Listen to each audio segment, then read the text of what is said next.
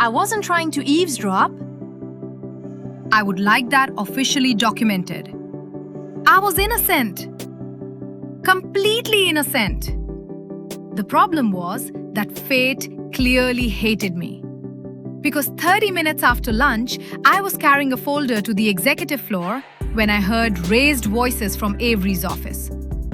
Not shouting. Avery didn't strike me as someone who shouted. But definitely arguing. I should have kept walking. A mature adult would have kept walking. Unfortunately, I was Nina Hart. And curiosity had been ruining my life since childhood. So I slowed down just a little. Just enough to hear, "If you like her that much, tell her." I froze. My heart stopped. The folder nearly slipped from my hands. Inside the office, silence followed. A long silence. Then Avery's voice. Calm, controlled, dangerously quiet. "Avery, you don't know what you're talking about." "Elena, oh please." Elena sounded amused. Very amused. "You've been impossible for months." Months? I frowned. What did that mean? Months? I'd only worked here for a few weeks. Then Elena continued. "You ask about her constantly." My pulse jumped. The folder definitely slipped this time. Thankfully, I caught it before it hit the floor. Barely. Inside the office, Avery sighed. The kind of sigh people make when they're losing an argument.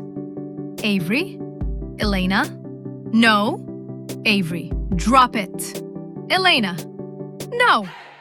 "Avery, you're annoying." "Elena, you've said that since college." Wait, college? My brain stored that information for later. Right now, I was busy trying not to have a nervous breakdown. Because there was absolutely no way they were talking about me, right? No. Impossible. Obviously impossible. Then Elena delivered the final blow. She looks at you like you're the center of her universe. What? My face immediately caught fire. I spun around, walked away, fast, very fast. Because I was not emotionally equipped for this conversation. Not even slightly. The rest of the afternoon was a disaster. I sent an email to the wrong department. Twice. Forgot a meeting. Spilled coffee on myself. Again. At this point, coffee-related incidents were becoming a personality trait. By 5 o'clock, Maya was openly concerned. "Nina." "What?" "You've been staring at the same spreadsheet for 20 minutes. "I know." "You haven't moved." "I know." "You typed your own name into the budget report." I closed the laptop immediately. Maya then narrowed her eyes. "What happened?" "Nothing." "Liar." I pointed at her. "You're a terrible friend." "I'm a fantastic friend." "No." "Yes." "No." "Tell me." Absolutely not. There was no way I was explaining this, because if I told Maya what I'd overheard, she would explode. Literally explode. And then I'd never hear the end of it, ever. Around 6:30, most employees had gone home. The office was finally quiet, peaceful, safe. I was gathering my things when my phone buzzed. An email from Avery. My heartbeat immediately betrayed me. Again. Honestly, it deserved jail time. I opened the message. Subject, Conference Room B. That's it. No explanation, no details, nothing. Just a meeting request at 7 p.m. after work with Avery. Alone. Fantastic. Absolutely fantastic. At exactly 7 o'clock, I stood outside conference room B. Nervous, suspicious, mildly offended by how nervous I was. The room was dark except for one light. Avery sat at the far end of the table, reviewing documents. She looked up when I entered. And for 1 second, something softened in her expression. Gone almost immediately, but I saw it. Sit! There it was, the CEO voice. Professional, controlled, safe. Oddly disappointing. I sat down across from her. What did I do? What? The meeting! Oh. To my surprise, she almost smiled. You assume every meeting with me is bad. Historically, that's a reasonable assumption. That earned a small laugh. A real one. Brief, but real. A real one. Brief, but real. And suddenly, I couldn't remember what I was worried about. Which was dangerous. Very dangerous.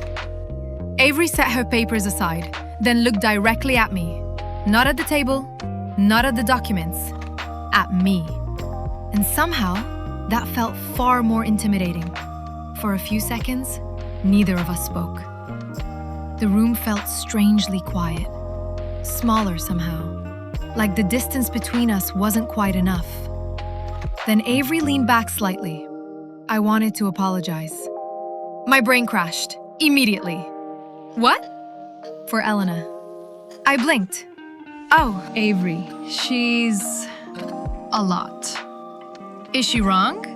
Avery laughed. Actually laughed. The sound caught me off guard. Because it was warm. Not the polished version she showed everyone else.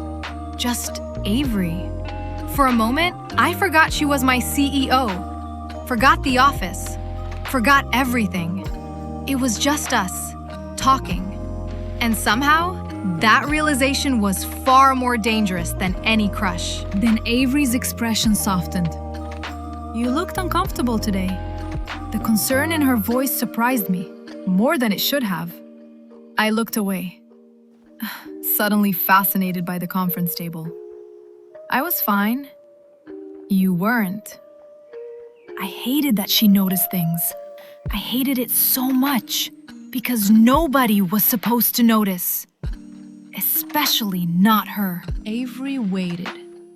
Patient. Quiet. Giving me space. And somehow that made it harder. Finally, I sighed. The words got stuck. Avery didn't interrupt, didn't rush me, just waited. And for the first time, I wondered what would happen if I told her the truth. Not all of it, just a little, just enough. But before I could speak, the lights went out. Completely. The entire room plunged into darkness. I jumped. A small yelp escaped before I could stop it. Ah! Mortifying. Absolutely mortifying.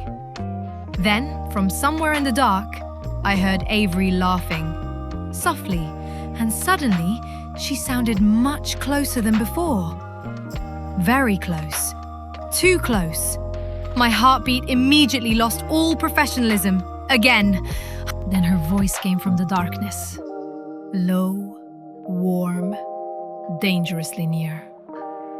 Nina. Yes? You just grabbed my hand. What? What?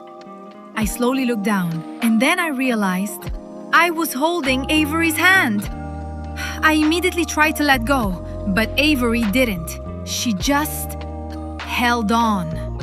And somehow, that was even more terrifying.